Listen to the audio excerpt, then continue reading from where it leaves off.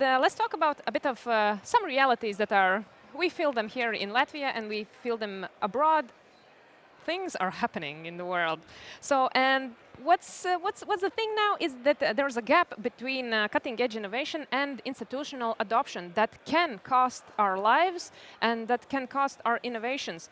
So let's talk real stuff here. Let's invite our panelists on the stage that will bring together senior decision makers from government, armed forces, and the industry, and let's ask them how to bring real value from innovation that creates real security for us. So I want to invite on the stage Ieva Treija, who will be the moderator for this panel, PR and Comms Manager for UniLab Defence. The next one, Uģis Norītis, Under Secretary of State for Planning, the Ministry of Defence of the Republic of Latvia.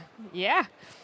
And then Adam Poirier, Division Chief Engineer and Lead for Division Testing and Experimentation Cell from Multinational Division North.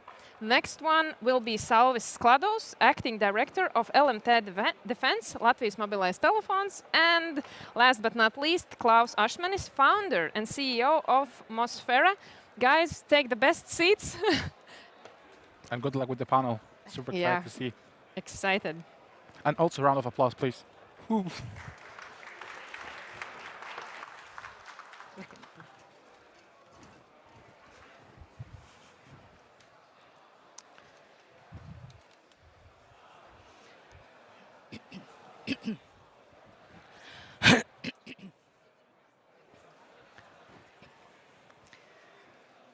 Hello, everyone. Innovations in defense. I would like to argue that innovations in defense are the most important thing at the moment, the most important innovations that we should develop, because we should really talk about the price. And the price is the highest. The price is human life. And if we, with the help of defense innovations, can bring more people home from war, then it's totally worth to do that. It's totally worth to invest in that. And the crucial part is collaboration, money, working fast, acting fast, implement, test and implement, and get those technologies really to the field. And the aim of this discussion is to find out how can we collaborate better. What do we expect from each other? That is the reason why there are a lot of different parts of this innovation process presented here. And yeah, let's dig in.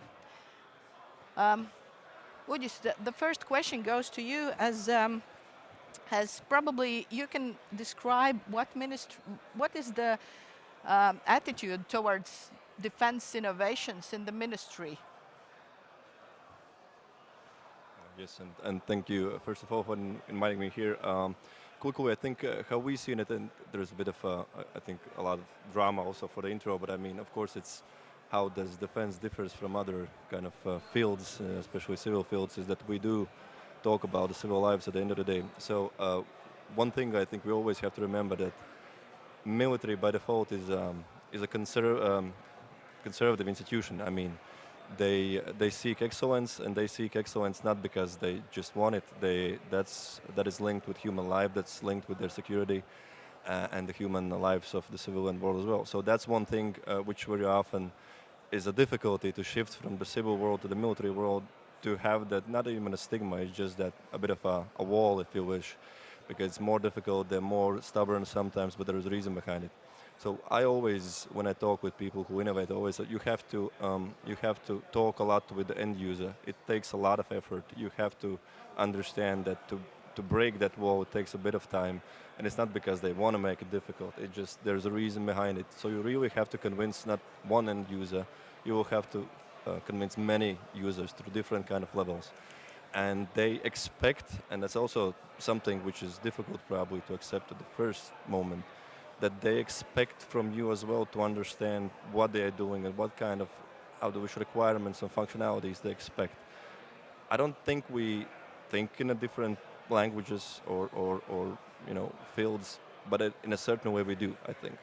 And I think that's really important, that what we try to do is we try to really cut that link between the end user and people who work with the innovation and industry, to have that feedback, a constant feedback, because that's one thing we understand, especially when we look at the new technologies, that they are evolving so rapidly. We can't rely on a product which will survive for 30, 40 years. So that's the thing we really want to encourage to do, that not to have the design freeze in the product, that we can change it. It's an iterative process. And throughout that, we can't do it without the end user involvement. And that's what, from our side, what we try really to encourage the Army is to give the feedback so people who innovate can give the best product. One thing, the other thing we also want to emphasize is that it's incredibly important for us to move from the innovation to the scale up, because we will want that equipment a lot at one point, hopefully. We will want that equipment to be maintained, sustained, not only in the peacetime, but also in the crisis time. So when we talk about any kind of product, we expect that that thing will also come in a package, that you will be able to explain how you maintain it. Can that be done at the unit level, or that the company only can do it? That's a kind of quick run through on my thing. Mm-hmm. As it was already mentioned, I'm representing UniLab Defence, and it is a startup accelerator that currently accelerates 6 NATO Diana startups here in Latvia and Riga, and we have a really good collaboration with Adam and his team. And what Uģis just said, military is like pretty conservative environment, and there is really a point why it is so. But you are really actively seeking innovations, and you are open to them. What's your comment? I suppose I would just start by framing this, that this is kind of my own kind of perspective on this. I think the key kind of overarching theme is the importance to engage. And that engagement requires communication. It requires opportunities to test and experiment. And really the foundation of that engagement allows you to develop a better understanding of what the requirements are, what the needs are, and what opportunities actually exist out there. And that perhaps is a perspective of looking at it from the innovator's perspective, but also all of this is a two-way street. And so as much as the innovators need to learn in terms of what the military can do, the military also has an opportunity to learn from the innovators and get a better perspective in terms of what these technologies can offer and how they can actually apply those moving forward. So that is one of the reasons why we've created this testing and experimentation cell within the division. It's one of the reasons why we've partnered with UniLab and working through the Diana program, is because it gives an opportunity for the military and the companies to work together to better understand each own perspective in terms of what this ecosystem looks like. And I think when I look at the experience that we've had so far in the first 3 or 4 months, it's been mutually beneficial for both sides. From the innovator side, they've had access to military mentors on the ground, understanding what some of these technologies that they're developing can do. And I know, one of the teams already, they've kind of changed their model in terms of what they're actually looking to apply their technology towards.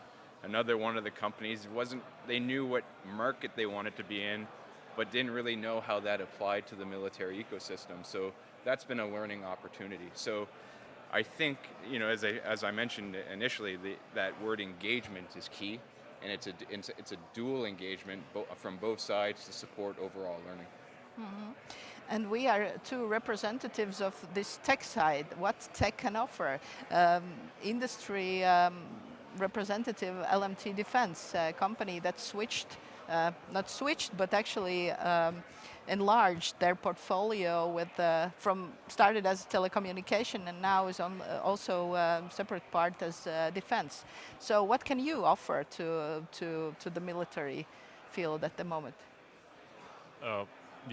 So LMT is in military innovation since 2018, so way before it was cool. So we have observed how the industry and, not the industry, but the end user and this multi-layered ecosystem of stakeholders have changed and adapted towards the rising offer of new innovations and technologies, and especially now accelerated in the few recent years. So from innovators' point of view, so we see the tactical or operational challenge, and so for us it is the opportunity to pick it up and find the ways how to solve it, and to come with this solution to the end user and start the hopefully and perfectly quick iteration cycles, then to deliver the capability, which then can advance finding the solution for that particular challenge. So LMT, as a natively telecommunications operator, we have a capabilities related to the military communications, tactical bubbles. We are building capacities in areas of unmanned systems, and all in all, as an integrator who can make various assets operational within the communications network. And as we have learned, then, for example, the drone without communications, it's almost a hand grenade. So communications have become a pivotal part of modern warfare. Mm-hmm. And then we have a representative from startups. I think this crowd is expecting this side the most. So what's your experience with military? What are you offering? Hello, thank you. Thanks God we chose dual-use product.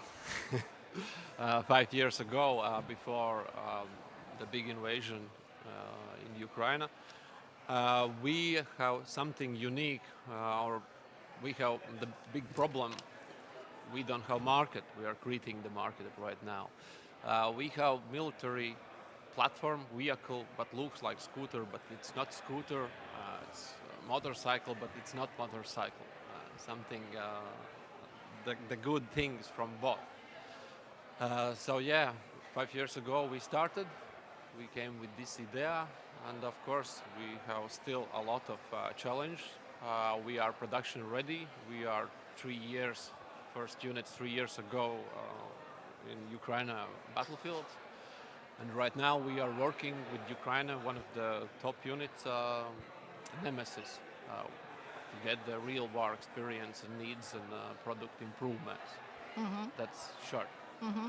You mentioned challenges. What are the challenges to get to the end user in this sense?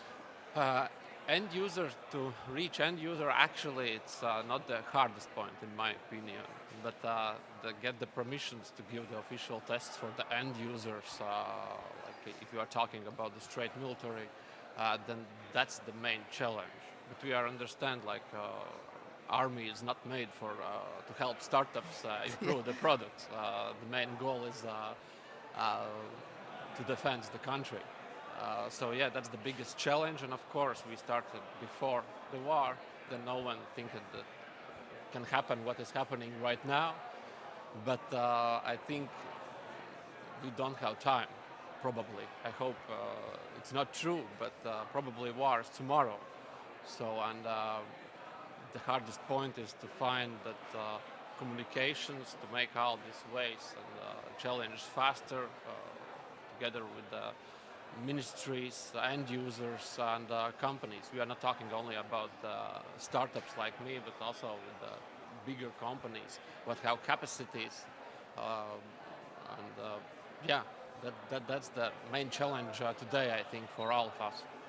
But what is the process at the moment? Okay, you have innovations, you have some good product. What's the next step? What company can do at the moment to approach? The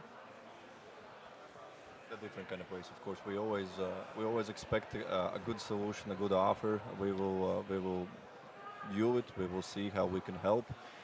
Klāvs is right. I think we have to be realistic how much we can offer. We are offering a lot when it comes to testing and evaluation in a drone and in the counter-drone field, for sure.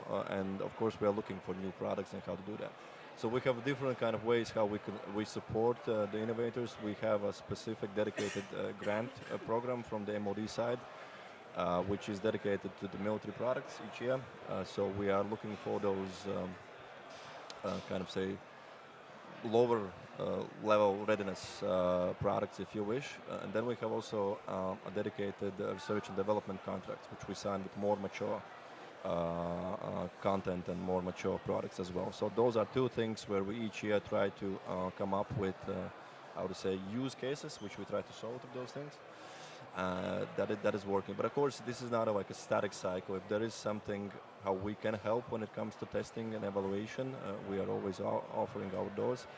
The question always is how mature the technology is and how much the involvement the company wants. Because I know for the innovators, it's always not always the case that they have a prototype, right? They still have to get to the prototype, and it also takes a lot of effort. And then, of course, also through the Diana, and we are helping the UniLab as well, to prep them, to explain the product, not to ourselves only, but also to the ones who can invest in the company. So that's really, really important.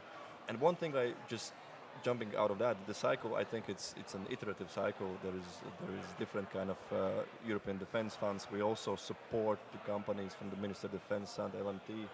We've been actively supported both through finance, co-financing, but also through lobbying, because of course in Europe you see a lot of fuzz and buzz about defense industry, about innovation. There's almost every month something new coming up. But at the end of the day, what the Europe is looking for is collaboration. You have to collaborate. You have to collaborate with the big prime companies. And for that, you need lobbying. You actually need national lobbying. So that's also the thing we do. When the company has accumulated other companies around them, they have a more of a collaborative effort. We're always willing and helpful to support them through that. So I would say there's no static cycle. We do have the grants, we have the R&D programs, we have the EDF projects, the call-ups for that. We help with all of it, but we always open to new initiatives and proposals. Mm-hmm. Klāvs, have you tried something of that? Have you applied for any of this support? Let's talk. We are on the way for that. Okay. Because when we started, there was no guidelines what to do, how to do. There's some associations here in Latvia. There was grants, yeah, of course, and it was different times when we started. Right now, everything is changed, and of course, there is some projects where we can fit, where we can probably fit, where we are out. So we are on the way. So what do you suggest to new startups, new companies? How do you search for the information where you can get into the military field? Actually, that is the one suggestion from my side, probably for Ministry of Defence. So create some guidelines how to offer that product what is probably necessary. Because of course, the Ministry of Defence can tell you all the products what they are planning to buy and what is needed. But some like guidelines how to offer, how to start, how to create the idea, concept, or something like that. Because it's the hardest point. I actually, we work in 3 years, then we know about that center attīstītu, which is innovation center. So I didn't know about that before.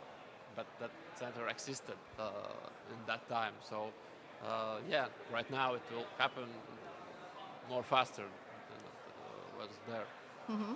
Yeah. Just a quick, I think, I'm not planning to like defend myself that everything is clear or unclear. There are a lot of things you can find out, and that's right. One thing we have done, we have really tried to boost up the Defense Innovation Center. We also have the Autonomous System Competence Center. Both of those are specifically dedicated, first of all, to help the Army to integrate new systems and new technologies, but the second aim is actually to help the industry. Not only the innovators, but also the companies who are just having more solid production lines already.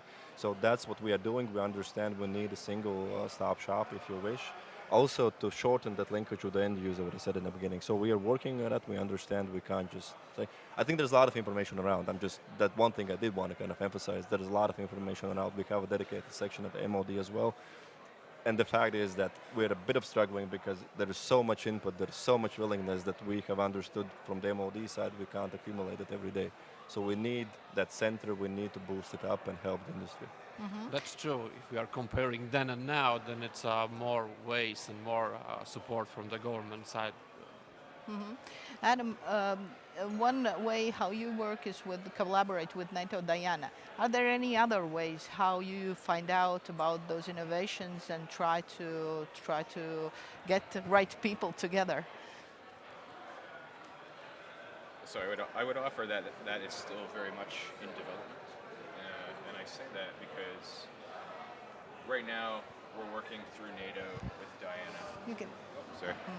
But we also, being a NATO organization, we also have connections and links into other countries. So as a division that has 14 countries that are involved within the framework of our organization, Canada becomes very interested in doing stuff. Denmark becomes very interested in doing stuff, and other countries as well. And so it connects very closely to the point he made earlier.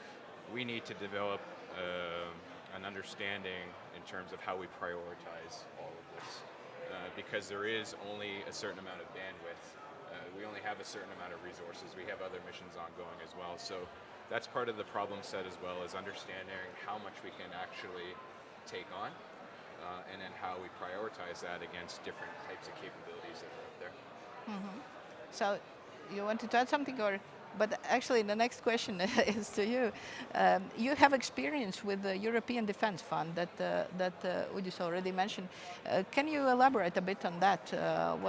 How easy or hard it is to get into those projects?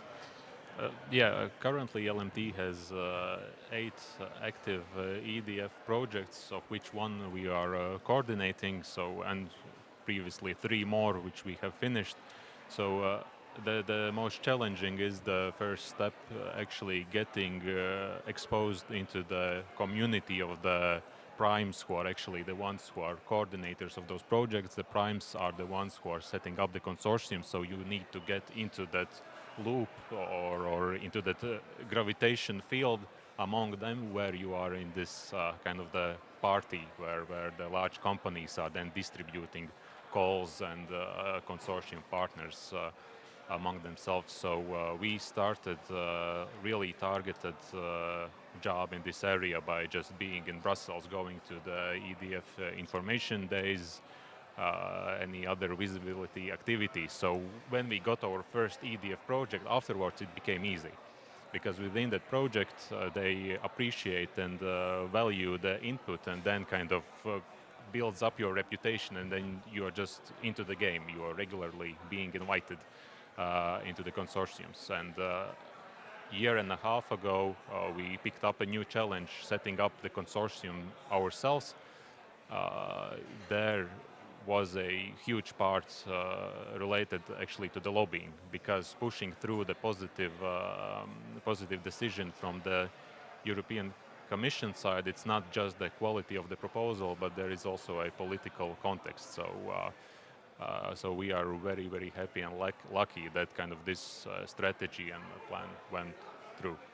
But do you have any advice to startup or small company how they can be part of this? Is it even possible?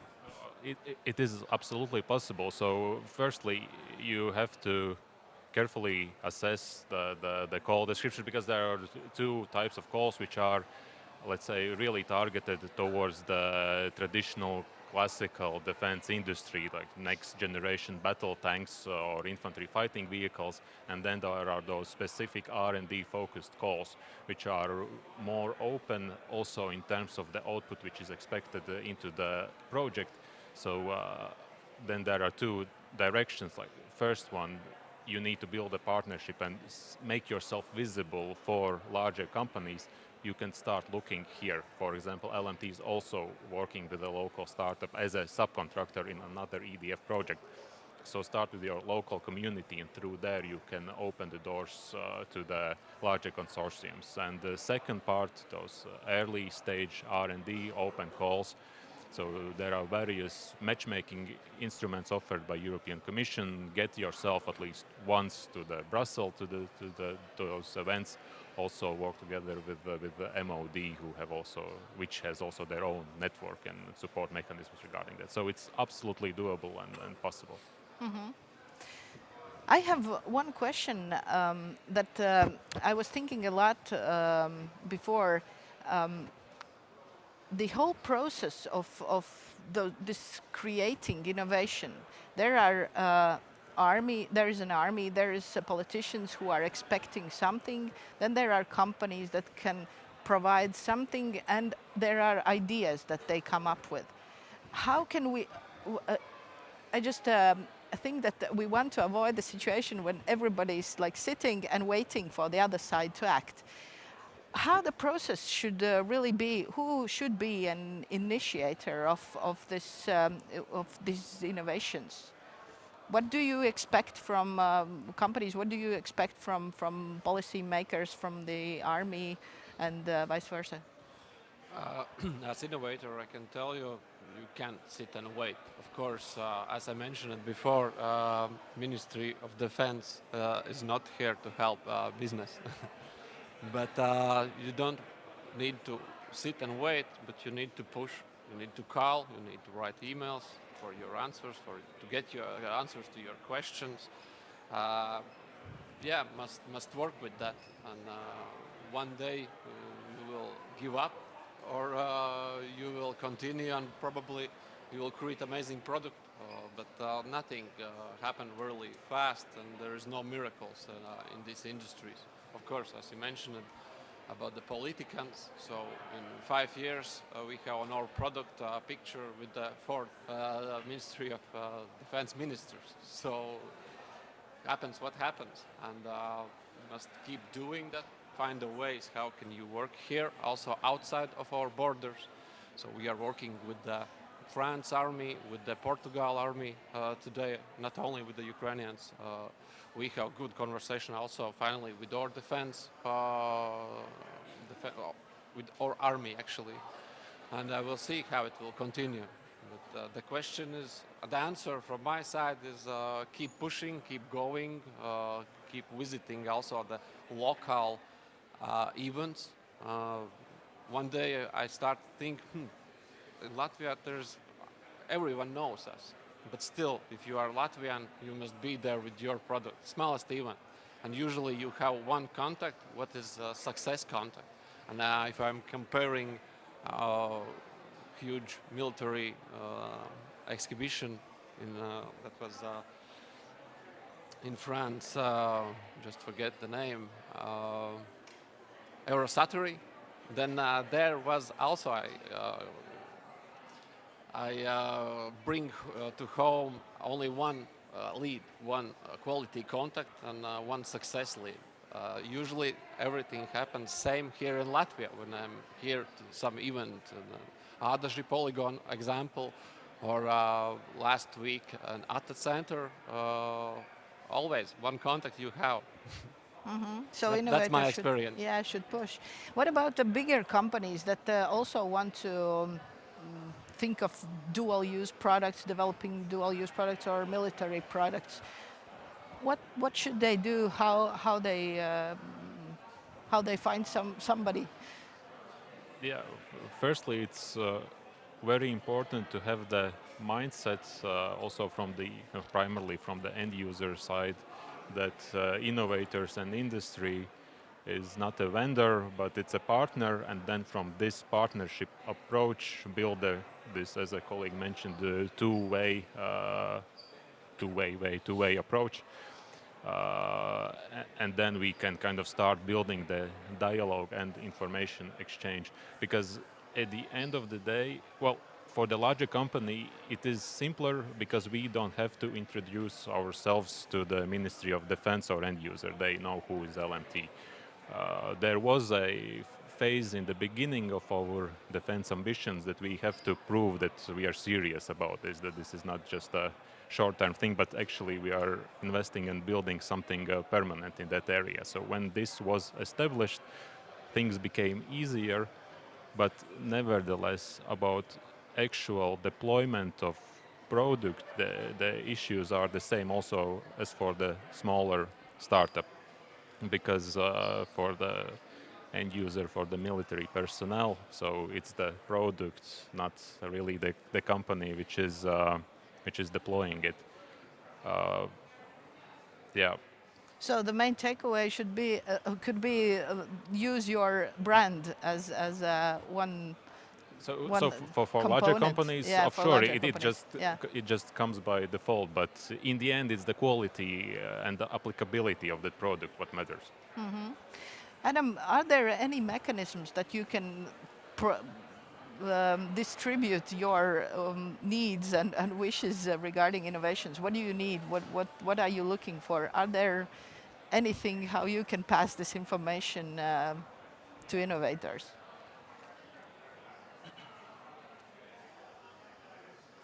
I think a lot of the kind of, if you use kind of like forums like LinkedIn or just news outlets, research centers, a lot of the requirements become quite public knowledge in terms of what the needs are. So I think the requirement to kind of educate yourselves, read deeply into current events, what's happening and what's emerging over time is very important. And then I think connected to what I was talking about in terms of engagement, engagement's a two-way street, so you also need to find how to create that engagement as well. So many times trade shows, defense exhibits, all of those kinds of opportunities exist as a way to get kind of your foot inside the door, to create that initial contact point. Because I think that becomes kind of the real issue, is how do I create access to people? How do I start that communication? So it's finding the ways to connect with people, to build that network. And I think opportunities like that, the event that we had in January at the IATA Center is an example of that in terms of all of these exhibits that are being shown. There's a lot of military leadership who's attending, so being able to just connect with them in those kinds of forums are the ways to start those interactions. And I think those interactions then create, the opportunity for forward momentum, for increased engagement, for increased dialogue, and then it can kind of go from there. I think it's a lot of hard work, though. It just doesn't happen naturally. You just need to, you need to find a way to position yourselves to meet the right people at the right time. And the same question for the ministry. Are there any mechanisms how you can pass the information what you need? I think there's no single mechanism which will, open all the doors and make everything green and rapid. I think that's what we want. We can't. The market is brutal now, not only in Europe but in the US as well. I think one thing you have to understand, there is so much money going around that, because of that, there is so much innovation going around that you just have to be prepped. It's not an easy game anymore, and you have to use every door there is, every floor there is, every exhibition there is, and be brave and assertive. Otherwise, there's no way around. Whatever we do nationally, I think one thing we always emphasize is, fine, we can help and the Army can help you as much as we can, but it will never be enough for a serious business. And I hope that every innovator wants to have a serious business at the end of the day. With our ability to procure something, and we have an enormous defense budget in historical terms, you will never be able to sustain fully your business if we talk about the scalable business. So you will need the export. As Salvis just said, the consortia, it's difficult at one point to be without bigger primes, or not to be able to have someone around you. That's necessary. That's how Europe looks to certain things. So I think we just have to work on. Our doors are always open. We do have some of the conditions, of course. As I said, we need certain maturity for the idea. So you can, as it was said before, when you have the military leadership, idea is a good thing, but you will have to be able to, show that you have a prototype, or you have close to the prototype, and you also will have to elaborate what do you need from our side as well. That talk has to be candid. We have to be open to each other to understand, can we offer that support or not?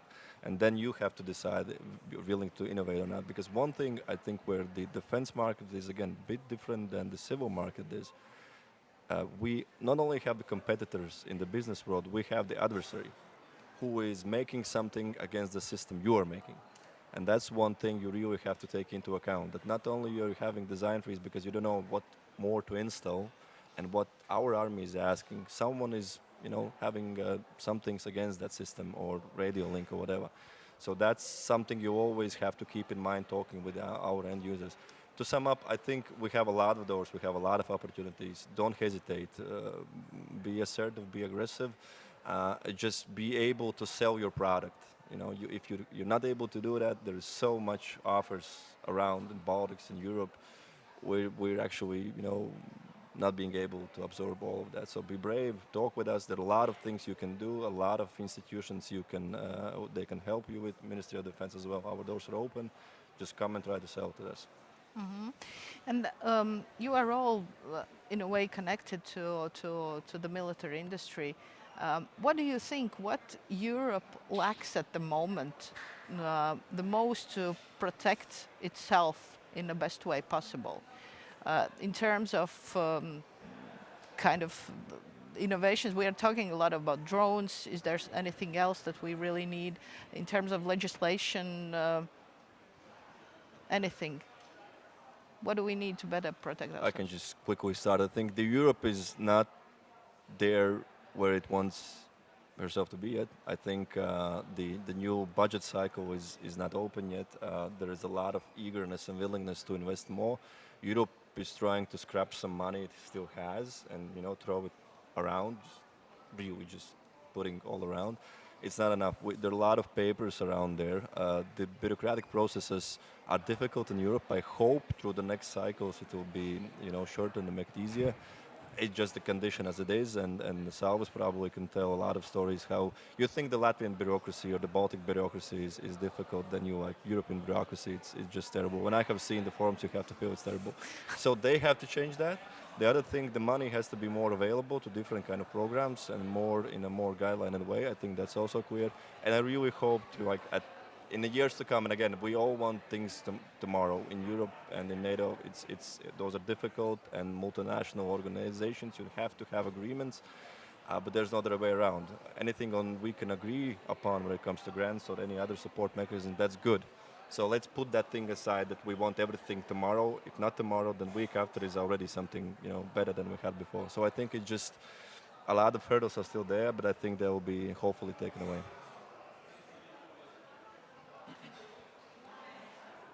I think I've spent a lot of time in the last 4 years just studying kind of the war that's happening between Ukraine and Russia. And, from my perspective, I think the kind of the three or four things that I'm always thinking about in terms of how do we improve, how do we improve our secure communications so we're able to interact with one another?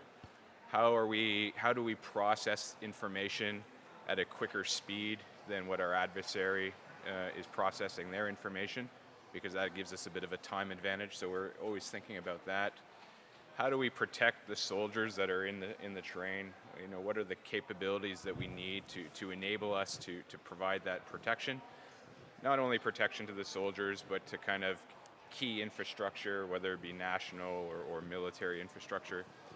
And how do we improve sustainment and logistics? And really all of these things all kind of go into, they're all kind of synchronized together to allow you to do what you need to do. So I would say not necessarily from a European perspective we need to do this. This is just from a military perspective, how I think in terms of the key things that we need to continue to work through. How do we develop these capabilities? How do we bring these capabilities into the force? How do we train with them so that when we have to use them, we're ready to use them as well? Mm-hmm. Thank you. So, adding about the Europe, so the essential problem is speed, but Europe is, let's say, like a freight train. It's really difficult to start, but when it starts going, it's really difficult to stop, because Europe's policy making is linked with multi-financial framework, which is a 6-year time period where they allocate budget, and from there comes the political priorities. So currently we are in the beginning of this process for the period starting from 2027, if I'm correct. So considering that our enemy is constantly drumming the war drums, I don't think that this speed is sufficient enough, so we need to be quicker and more decisive. And secondly, Europe or EU is not one coherent organization. So there is a different sense of urgency between north and south, east and west. So at the end, there is a compromise between those regions' priorities, and which then translates not always into the really pinpointed solution for that one particular challenge. But nevertheless, the trends are positive, and it's getting better. From my perspective, yes, I agree here. And the first thing is the speed, and what I think the main reason is the bureaucracy that's happening there. But the good point here in Latvia, I think the support from LIA, Altum, that options where you can find that first money, like it's very fast, and there's no bureaucracy, I think, if we are comparing there. So that's all. Yeah, to wrap it all up, I think that the main key takeaway is that we cannot really afford to sit and wait for something. Like all of us, we have to do what we have to do. We really have to act. We have to be active and provide ideas, solutions, look for money. We have to be true innovators. And this is what I think that here are a lot of doers, and I hope that this was a bit of an inspiration to you all that has something to add to this sector. So thank you, thanks for the discussion, thanks to everyone that was listening, and enjoy TechChill.